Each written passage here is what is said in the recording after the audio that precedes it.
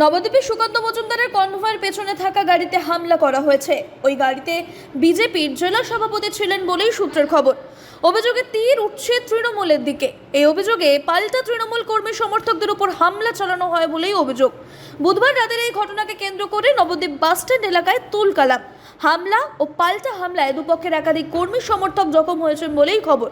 বুধবার নদিয়ায় পরপর কর্মসূচি ছিল সুকান্ত মজুমদারের। পরে নদিয়ার তাহেরপুরে একটি কর্মসূচি ছিল সুকান্ত মজুমদারের। পরে জগদ্ধাত্রী পুজোর বিসর্জনে পুলিশের বিরুদ্ধে লাঠিপেটা করার যে অভিযোগ উঠেছে, তার প্রতিবাদে থানা ঘেরাও কর্মসূচিতেও যোগ দেন সুকান্ত। এরপর পৌঁছন নবদ্বীপে। বর্তমানে সেখানে রাস উৎসব চলছে। লক্ষ লক্ষ মানুষের সমাগম সেখানে নবদ্বীপের সরকার পাড়ায় বিজেপির উদ্যোগে যাত্রী নিবাস নামে একটি কর্মসূচি চলছিল। সেখানে গিয়েছিলেন সুকান্ত মজুমদার।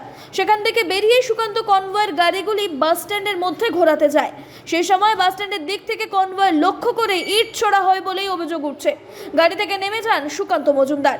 এই ঘটনা প্রসঙ্গে সুকান্ত মজুমদার বলেন, দুই কর্মীর মাথা ফাটিয়ে দিয়েছে। আমি পুলিশ প্রশাসনকে জানিয়ে দিতে চাই, তারা যদি কোনো কড়া ব্যবস্থা না নেয় তাহলে রক্তের হিসেব আমরা মুছে নেব। যদি অভিযুক্তদের গ্রেফতার না করা হয় তাহলে আমরা এই ব্যবস্থা নেব। বিজেপি সেই ক্ষমতা রাখে। তৃণমূলের দাবি, ইচ্ছাকৃতভাবে এলাকায় অশান্তির পরিবেশ তৈরি করছে বিজেপি।